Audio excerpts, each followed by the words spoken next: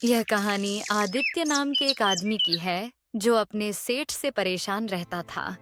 उसकी एक पत्नी थी जिसका नाम सुनीता था। दोनों ही एक गांव में रहते थे।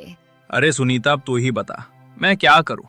हाँ बता, ऐसा भी कोई करता है क्या अपने साथी के साथ? कल सेठ के यहाँ गया था, ऊपर से काम, नीचे से डांट, और पैसे ऐसे काटे जैसे सब्जी में धनिया काट रहा हो। अरे वाह, अब याद आया कि मैं भी तुम्हारी साथी हूँ। जब सेठ डांटता है तब तो मुंह में दही जम जाता है और घर आते ही शेर बन जाते हो। और सुनो, ऐसा साथी नहीं करता, पर ऐसा सेठ जरूर करता है। तो फिर क्या करूं सुनीता? सीधी बात है जी, या तो सेठ बदलो या फिर इतना मजबूत बनो कि सेठ खुद बदल जाए। हैं? कैसी बात हुई जी? भला मैं सेठ को कैसे बदल सकता हूँ?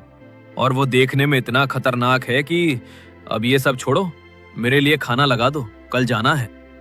अगली सुबह आदित्य सेठ के घर जाने की तैयारी कर रहा है। तभी उसके घर सेठ का एक आदमी आ गया। अरे ओ आदि, कहाँ रह गया तू? जरा जल्दी घर के बाहर आओ, मुझे तुमसे कुछ बात करनी है। सेठ के घर सब उसे आदि ही कहकर बुलाते थे, पर उसका नाम आदित्य ही है। अरे अब जल्दी आजा भाई। अरे ये आवाज तो सेठ के चमचे की लग रही है, और देखो तो बुला ऐसे रहा है जैसे इसकी भारत में जाना है। हाँ, अगर ऐसी ही बार अगर अपने सेठ से बोलो तो पता चले, पर तुम तो वहाँ कुछ बोलोगे ही नहीं। अब ये सब रहने दो और मैं जा रहा हूँ, वरना बुला बुला के कान खड़े कर देगा। वह धीरे धीरे घर के बाहर आ गया। उसके आते ही उसने आदित्य से सवाल किया। हाँ, कितनी देर से मैं तुम्हें बुला रहा था, बाहर क्यों नहीं आ रहा था? घर में से ही आ रहा था ना? हाँ पप्पू भाई, घर में से ही आ रहा था, कहीं प्लेन में से थोड़ी ही ना आऊंगा। अच्छा ठीक है, पर तुम्हें थोड़ी जल्दी आना चाहिए था ना? हाँ, आ ही तो रहा था, पर मुझसे इतनी सुबह ही क्यों बुलाने आ गए? मैं अभी आता ना, कहीं भाग थोड़ी ही ना जाता। अरे तू भाग थोड़ी ना जाएगा, वैसे भी भाग कर कहाँ जाएगा ही। वो तो बस सेठ ने तुझे बुलाया है, इसलिए मैं तुझे बुलाने आ गया। पर अब जल्दी कर, वरना देर हो गई तो सेठ जी मुझ पर गुस्सा होंगे। नहीं नहीं, मैं तो मजाक कर रहा था। भला मैं सेठ की बात को कैसे नकार सकता हूँ?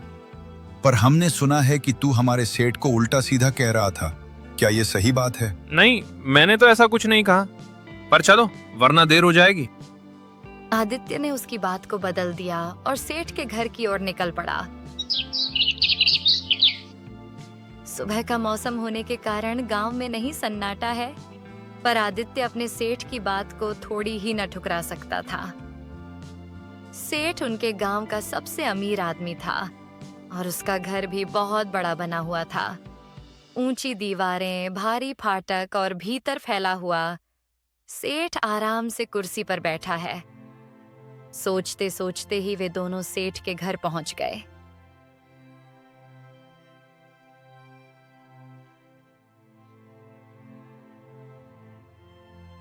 अरे आओ आदि, कहाँ रह गया था तू?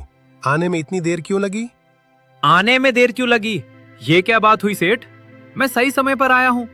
ऊपर से आपने मुझे इतनी सुबह बुला लिया, फिर भी मैं आ गया, और अब आप कह रहे हैं कि देर क्यों लगी? हे आदि, तू कुछ ज्यादा ही नहीं बोल रहा हमारे सेठ के सामने? वैसे अगर पूछ लिया कि देर क्यों हो गई तो सीधी बात बता दे, इसमें चिल्लाने वाली क्या बात हुई? माफ कीजिए सेठ जी, देर इसलिए हुई क्योंकि सुबह सुबह कुछ काम आ गया था। काम तो बहाना होता है आदि। असली बात यह है कि आज हमें तुमसे जरूरी बात करनी है। जरूरी बात? कैसी बात सेठ जी? गांव के बाहर वाली जमीन याद है? आज वहीं जाना है।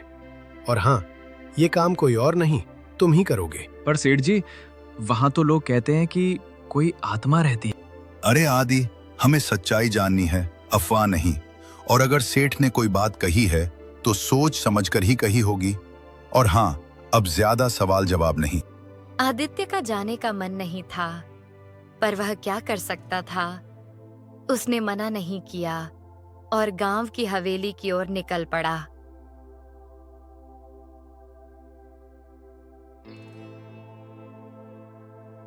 देखा सेठ जी, आपसे कितनी बदतमीजी से बात कर रहा था। अच्छा हुआ आपने उसे उस खंडहर हवेली पर भेज दिया, और देखिए वो चला भी गया।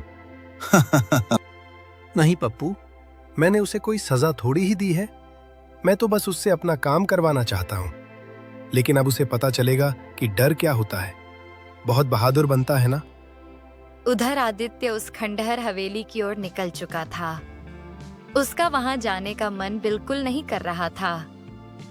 तभी रास्ते में उसे गुड्डू मिल गया। अरे क्या हुआ आदित्य भाई, इतनी हड़बड़ी में क्यों हो? कहाँ जा रहे हो? कहीं खाने का प्लान तो नहीं है? है तो बताओ, मैं भी तुम्हारे साथ चलूं। अरे गुड्डू यार, तुझे तो हमेशा खाने की ही पड़ी रहती है। पर मैं तुझे क्या बताऊं, तू तो मेरे सेठ को जानता ही है, कहां कहां भेजता रहता है। यार तेरी बात सही है, पर ये तो तेरे लिए बढ़िया ही है ना। जहां जहां भेजता होगा तुझे घूमने को मिल जाता होगा, है ना? सही कहा ना मैंने? और वैसे भी तुझे घूमना तो बहुत पसंद है, फिर क्यों तू परेशान हो रहा है? तुझे तो खुश होना चाहिए।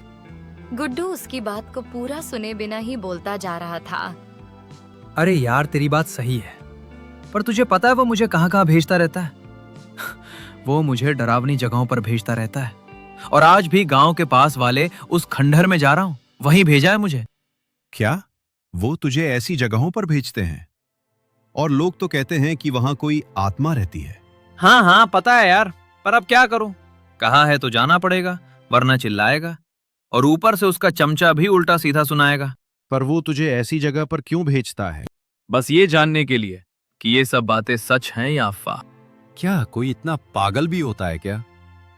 भला नहीं, तुझे तो उसका कुछ करना ही पड़ेगा। पर मैं क्या करूं गुड्डू? तुम मेरे साथ चलो, बताता हूं।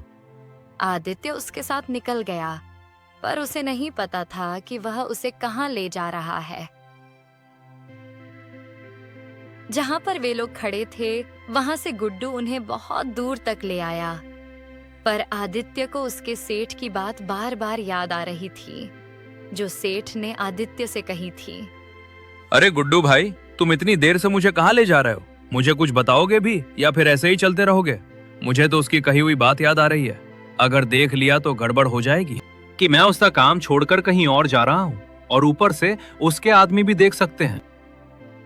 तुम चिंता मत करो आदित्य, मैं तुम्हें एक बाबा के पास ले जा रहा हूं। वही तुम्हारे इस सेठ को सही कर सकता है।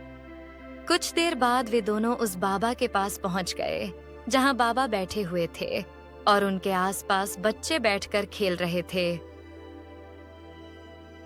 आदित्य, यही वो बाबा हैं जिनके पास मैं तुम्हें लाने की बात कर रहा था।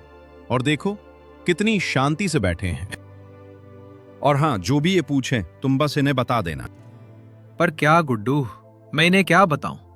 मुझे कुछ बताओ तो, तभी तो इन्हें बताऊंगा। तभी बाबा ने आदित्य से पूछा, क्या हुआ बच्चा? तुम क्या बातें कर रहे हो? मुझे सब कुछ बताओ, तभी तो मैं तुम्हारी समस्या का हल बता पाऊंगा। बाबा अब मैं आपको क्या बताऊं, मेरे सेठ मुझे बहुत परेशान करते हैं और उनका चमचा भी, और ऊपर से सुबह सुबह बुलाने आ जाते हैं, जबकि सुबह में कोई कहीं जाता ही नहीं। हाँ बाबा, आदित्य सही कह रहा है। ये तो मैं भी नहीं जानता था, लेकिन जब आदित्य ने बताया तब मैं हैरान रह गया। पर तुम इतने हैरान क्यों हो गए? इसमें हैरानी की बात ही क्या है? ये तो बस एक छोटी सी समस्या है जो जल्द ही ठीक हो जाएगी। हैरानी की बात क्या है? पर बाबा, वे आदित्य को डरावनी जगहों पर भेजते हैं और आज भी उसे वहीं भेजा है। अच्छा, तो ये बात है। मैं इसे ठीक कर सकता हूँ बच्चा, लेकिन तुम्हें उसका नाम बताना होगा, ताकि अगर मैं कभी उससे मिलूं तो जान सकूं कि वो सच में कैसा है। क्योंकि सच को जानना बहुत जरूरी है। बाद में पता चले कि वो गलती से तुम्हारे साथ ऐसा कर रहा है या फिर जानबूझकर तुम्हें परेशान करता है। पर बाबा, आप ऐसा कैसे कह सकते हैं कि सब कुछ ठीक हो जाएगा? वो सच में ही मुझे परेशान करता है। लेकिन बाबा, आपको जो भी करना है क्या आप जल्दी कर सकते हैं?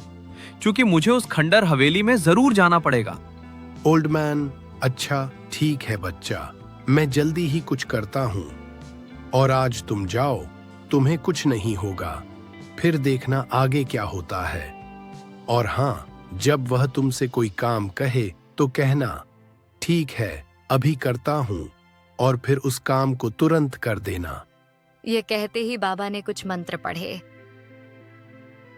ठीक है बाबा जी, मैं आपकी बात का ध्यान रखूंगा। पर क्या मैं अब उस खंडर हवेली पर जा सकता हूँ? मुझे कुछ होगा तो नहीं? कुछ नहीं होगा, और अगर ज्यादा डर लगे तो तुम गुड्डू को भी साथ ले जाना। इससे तुम्हारा डर कम हो जाएगा और काम भी हो जाएगा। लेकिन मेरी बात का ध्यान रखना। यह कहकर आदित्य और गुड्डू बाबा से प्रणाम करके उस खंडहर हवेली की ओर निकल गए। गुड्डू साथ था, इसलिए आदित्य को अब ज्यादा डर नहीं लग रहा था। वह हवेली देखने में भयानक और डरावनी है, पर आदित्य इससे नहीं डरता क्योंकि उसे बाबा पर पूरा भरोसा है। पर उस हवेली का आकार देखकर वे हैरान हो गए। फिर आदित्य ने गुड्डू से कहा, अरे गुड्डू भाई, ये देखो, यही वो हवेली है जहां उस सेठ ने मुझे भेजा है। पर अब मुझे डर नहीं लग रहा क्योंकि तुम मेरे साथ हो। पर यार, तुम ऐसा कैसे कह सकते हो कि मैं तुम्हारे साथ हूं तो तुम्हें डर नहीं लग रहा? मैं कोई बाबा थोड़ी ही ना हूं। नहीं गुड्डू भाई, मैं ये नहीं कह रहा कि तुम बाबा हो। अरे मैं तो इसलिए नहीं डर रहा हूं क्योंकि हम पर बाबा का आशीर्वाद है। उससे मेरे डर तो खत्म हो गए हैं। और अब तुम भी डरो मत। ठीक है भाई, बाबा का आशीर्वाद है, पर हवेली तो सच में डरावनी लग रही है। क्या कहते हो, हमें इस हवेली के अंदर जाना चाहिए या नहीं? हाँ हाँ, बिल्कुल जाना चाहिए। बाबा का आशीर्वाद हमारे साथ है। चलो अब हम इसके अंदर चलते हैं और इसका राज जानते हैं। फिर वे दोनों उस खंडहर हवेली के अंदर आ गए, लेकिन जो उन्होंने देखा उससे वे डरे नहीं, क्योंकि जो हवेली बाहर से खंडहर दिख रही थी वह अंदर से इतनी अच्छी और सुंदर है। अरे आदित्य, हम उसी खंडहर हवेली के अंदर ही है ना? मुझे तो लग रहा है हम कहीं और आ गए हैं क्या? हाँ यार, मैं भी यही सोच रहा हूँ। जो हवेली बाहर से इतनी खंडहर दिख रही थी वो अंदर से इतनी सुंदर है।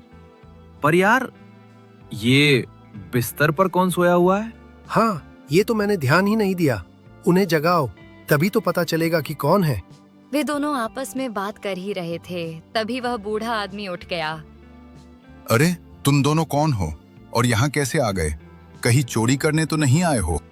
पहले वे डर गए, फिर आदित्य ने कहा, नहीं नहीं काका, हम यहाँ कोई चोरी करने नहीं आए हैं। हम तो यहाँ बस ये जानने आए हैं कि यहाँ कोई आत्मा तो नहीं है। आप हमें गलत समझ रहे हैं। अच्छा ठीक है, पर तुम यहाँ ये सब जानने क्यों आए हो? यहाँ तो कोई आत्मा नहीं रहती है। पर सभी गांव वाले तो यही कहते हैं। पर छोड़िए, बाबा की बात सही निकल गई। यहाँ कोई खतरा भी नहीं हुआ और मुझे ये भी पता चल गया कि यहाँ कोई आत्मा नहीं है। अब ये बात मैं उस सेठ को बताऊंगा। पर अपना नाम तो बता दीजिए, आपका क्या नाम है, वरना हम आपको कैसे बुलाएंगे? ओह, मेरा नाम? तुम मुझे मोहनलाल कहकर बुला सकते हो, यही मेरा नाम है।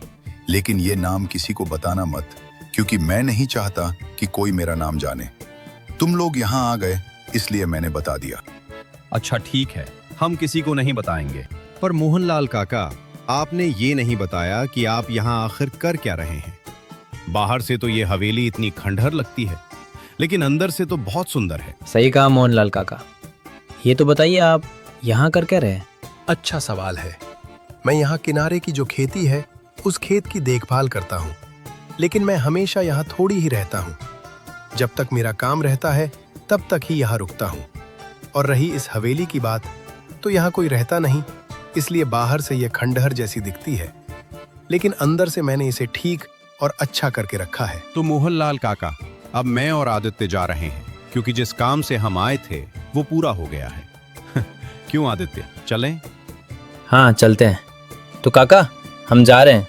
आपसे मिलकर हमें अच्छा लगा। हाँ चलो, मैं तुम्हें थोड़ा बाहर तक छोड़ आता हूँ। और मुझे भी तुम दोनों से मिलकर अच्छा लगा, वरना यहाँ कोई आता ही नहीं है। ये कहकर वे सभी उस हवेली से बाहर जाने लगे।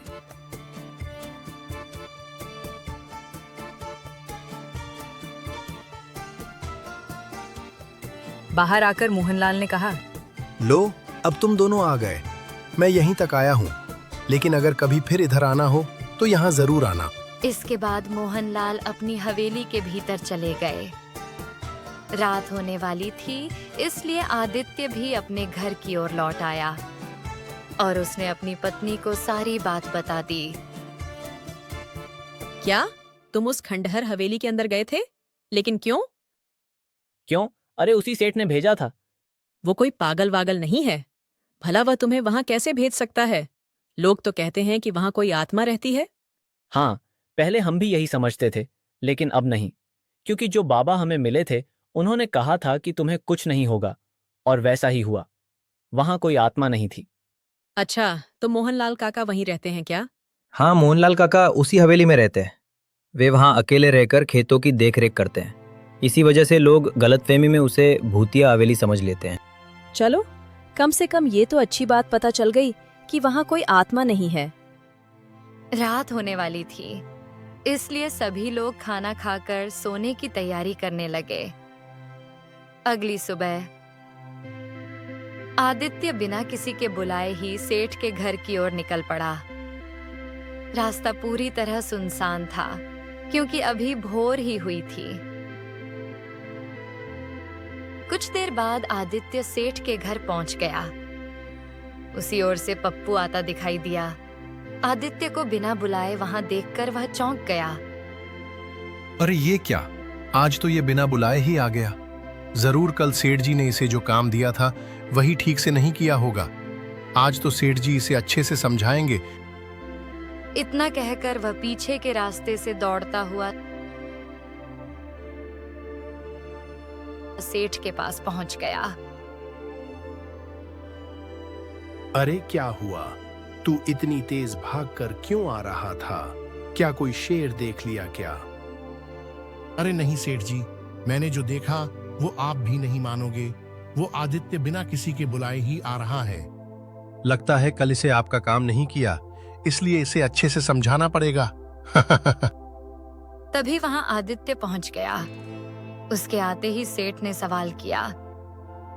अरे आदित्य, आज तुम बिना बुलाए यहाँ कैसे आ गए? लगता है कुछ जरूरी बात है, तभी इतनी सुबह सुबह चले आए। कल जो काम तुम्हें दिया था, क्या वह पूरा हो गया? या फिर तुम्हें वहां कुछ ऐसा दिखा जिसकी वजह से तुम खुद ही मेरे पास चले आए? फिर आदित्य ने अपने सेठ को वह सारी बातें बता दी जो उसके साथ हुई थीं। बस बाबा वाली बात उसने छिपा ली। अच्छा ठीक है, तूने अपना काम सही से किया, लेकिन मेरे पास एक और काम है, उसे भी करना पड़ेगा।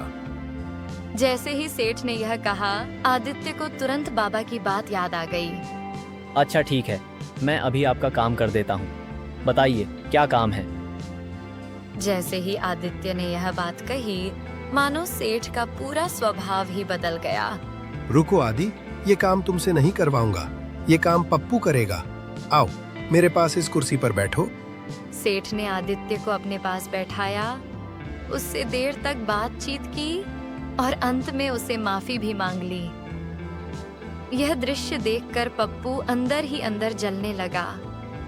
अच्छा ठीक है सेठ जी, अब मैं अपने घर जाता हूँ, मुझे कुछ काम है। ठीक है आदि, तुम जाओ। मुझे जो काम है वह मैं किसी और से या पप्पू से करवा लूंगा। इतना कहकर आदित्य सेठ से अनुमति लेकर अपने घर की ओर चल पड़ा। वह मन ही मन खुश हो रहा था।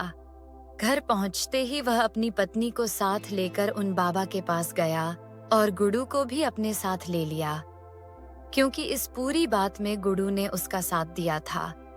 लेकिन बाबा शांत भाव से बैठे हुए थे और उन सभी को आते हुए देख रहे थे।